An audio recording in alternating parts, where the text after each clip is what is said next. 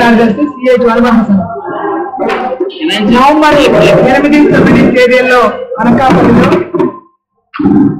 AP ASHA workers union రాష్ట్ర 5వ మహాసభలు జరుగుతూ ఉన్నాయి. ఈ మహాసభల సందర్భంగా పలు తీర్మానాలు ఈ మహాసభలో చేశాము. రాబోయే కాలంలో ఈ తీర్మానాల మీద పెద్ద ఎత్తున రాష్ట్ర వ్యాప్తంగా ఉద్యమం చేయబోతా ఉన్నాం. ఇందులో ప్రధానమైనటువంటిది ఆశా వర్కర్ని పర్మనెంట్ చేయాలి, కనీస వేతనాలు చెల్లించాలి అనేటటువంటి తీర్మానాన్ని మహాసభ ఏకగ్రీవంగా ఆమోదించింది. 20 ఏళ్ళు అవుతా ఉంది ఎన్హెచ్ఎం ఏర్పడి. ఈ రోజుకి ఆశా వర్కర్లకి కనీస వేతనాలు, చట్టబద్ధమైన సౌకర్యాలు కల్పించేటటువంటి పని చేయడం లేదు. కేంద్రంలో ఉన్నటువంటి మోడీ కేవలం 3,000 రూపాయలతోటి ఆశా వర్కర్లు బ్రతకండి అనే పాత్ర చెప్తా ఉన్నారు.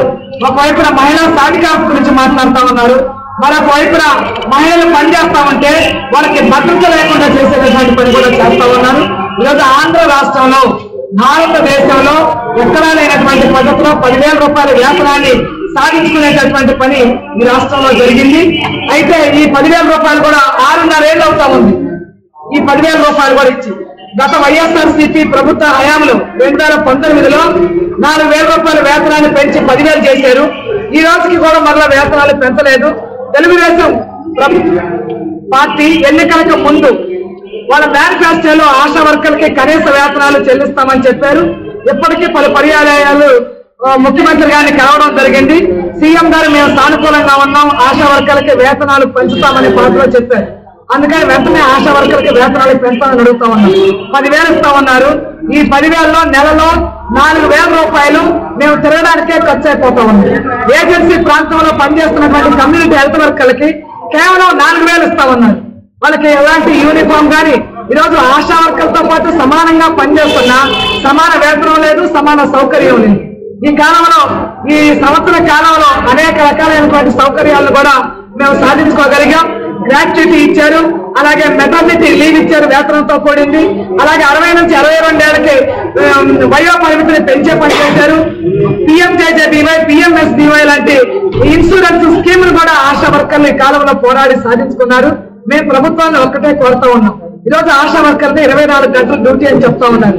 ఏ టైంలో కావాలంటే ఆ టైంలో మేము వెళ్ళి సేవలు చేయడానికి మేము సిద్ధంగా ఉన్నాం, చేస్తున్నాం.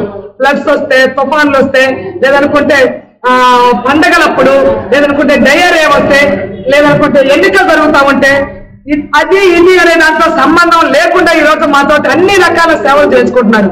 కానీ మేము కూడా బ్రతకాలి, ఆరోగ్య సేవలు అందిస్తున్నాం, మేము ఆరోగ్యంగా ఉండాలి అని అంటే మాకు కనీస వేతనాలు చెల్లించండి. అలాగే 45, 46 భారత కార్మిక మహాసభ స్కీముల్లో పనిచేసే వాళ్ళందరినీ పర్మనెంట్ చేయండి, వాళ్ళకి కనీస వేతనాలు చెల్లించండి అంటే మన భారత ప్రభుత్వం అంగీకరించింది. కానీ ఈ రోజు కూడా కనీస వేతనాలు చెల్లించేటటువంటి పని చేయట్లేదు. ఈ 3 ఏళ్ల కాలంలో, ఈ గత 3 సంవత్సరాల కాలంలో ధరలు 300 నుంచి 400 రెట్లు పెరిగాయి, కానీ వేతనాలు మాత్రం పెరుగుతున్న పరిస్థితి లేదు. రెండోది నియామకాలకు సంబంధించి ఆశా వర్కర్కి ఇచ్చేది 10,000 రూపాయల గౌరవ వేతనం, కమ్యూనిటీ హెల్త్ వర్కర్కి ఇచ్చేది 4,000 గౌరవ వేతనం.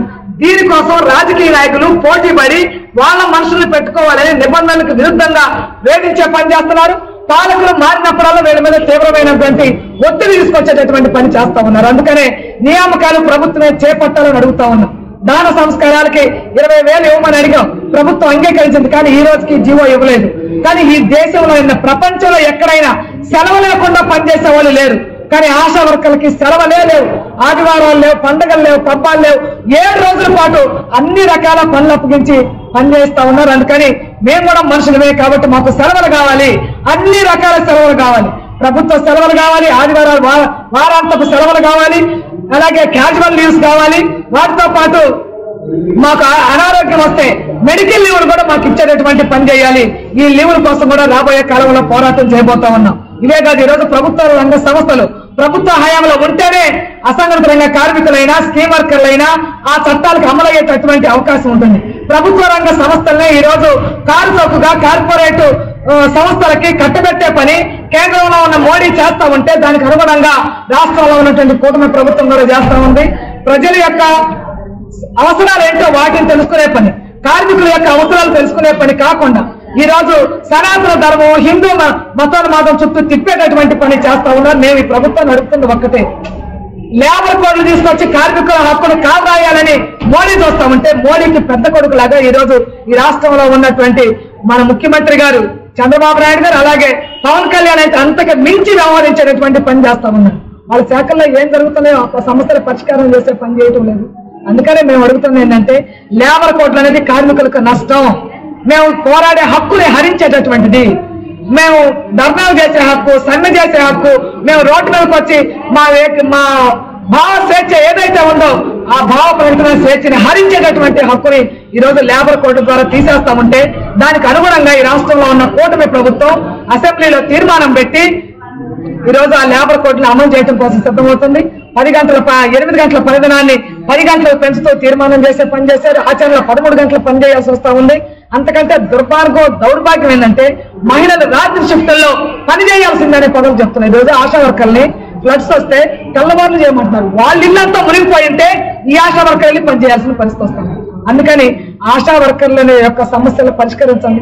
ప్రపంచ ఆరోగ్య సంస్థ ఆశా వర్కర్ల సమస్యలు గుర్తించింది. గ్లోబల్ హెల్త్ లీడర్ అనేటటువంటి పద్ధతిలో వాళ్ళు పురస్కారాన్ని అందించే పని చేశారు. కానీ భారత ప్రభుత్వం కానీ ఆంధ్ర రాష్ట్రం కానీ ఆ రకంగా గుర్తించే పని చేయలేదు.